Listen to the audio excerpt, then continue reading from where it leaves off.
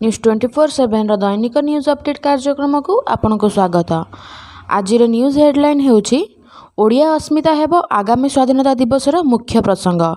78तम स्वाधीनता दिवस राज्य स्तरीय उत्सव को मुख्यमंत्री मोहन माझी भुवनेश्वर ठारे शुभारंभ करिवे।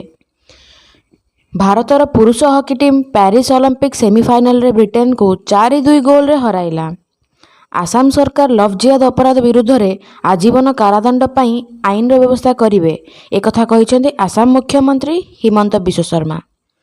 मोदी सरकार गुरुत्वपूर्ण वाकफ आईन रे संशोधन आनिबे। वर्तमान वाकफ आईन अनुसार भारतर जेकोसी संपत्ति वाकफ अधीन रे जाई पारे। कांग्रेस सरकार 2013 मसीह मुस्लिम वाकफ आईन को एभली भयंकर अधिकार प्रदान करथिला।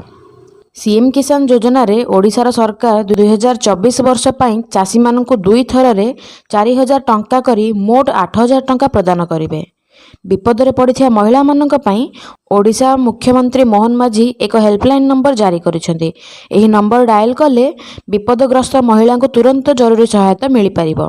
हेल्पलाइन नंबर टी जानिया पाई हमर वीडियो रो डिस्क्रिप्शन रे क्लिक करंतु। धन्यवाद।